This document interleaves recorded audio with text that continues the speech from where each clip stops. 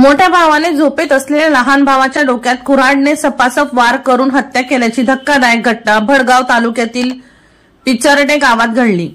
विठ्ठल आनंदा पाटील असे ठार झालेल्या भावाचे नाव आहे, तर अभिमन आनंदा पाटील असे आरोपी मोठ्या भावाचे नाव आहे। विठ्ठल आनंदा पाटील यांचा पत्नी 2 मुली असा परिवार आहे।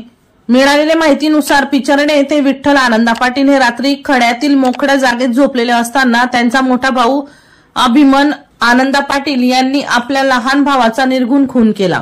सकाळी लहान भाऊ खड्यात गेले तेव्हा त्यांना विठ्ठल आनंदा पाटील मृत अवस्थेत आढळले असता त्यांनी लागलीच पोलीस पाटलांना ही माहिती दिली। पोलीस पाटील यांनी भडगाव पोलीस स्टेशनला कळवले व त्यानंतर भडगाव पोलीस पथक घटनास्थळी दाखल झाले। दरम्यान तपास सुरू केल्यानंतर मोठ्या भावावर संशय आल्याने त्याला ताब्यात घेण्यात आले, तेव्हा त्याने गुन्हा कबूल केला। भडगाव पोलिसांनी रुग्णवाहिकेसह घटनास्थळी धाव घेत खून प्रकरणात वापरलेले हत्यार व आरोपीस देखील ताब्यात घेतले असून मृतदेहास भडगाव ग्रामीण रुग्णालय येथे आणण्यात आले आहे। यावेळी पोलीस उपअधीक्षक अभय सिंग देशमुख यांनी भेट दिली। पोलीस निरीक्षक पवार उपस्थित होते। या घटनेचा पुढील तपास PSI डोमाडे यांच्या नेतृत्वात भडगाव पोलीस करीत आहेत। दीपक राठोड यांचा रिपोर्ट DR न्यूज जळगाव।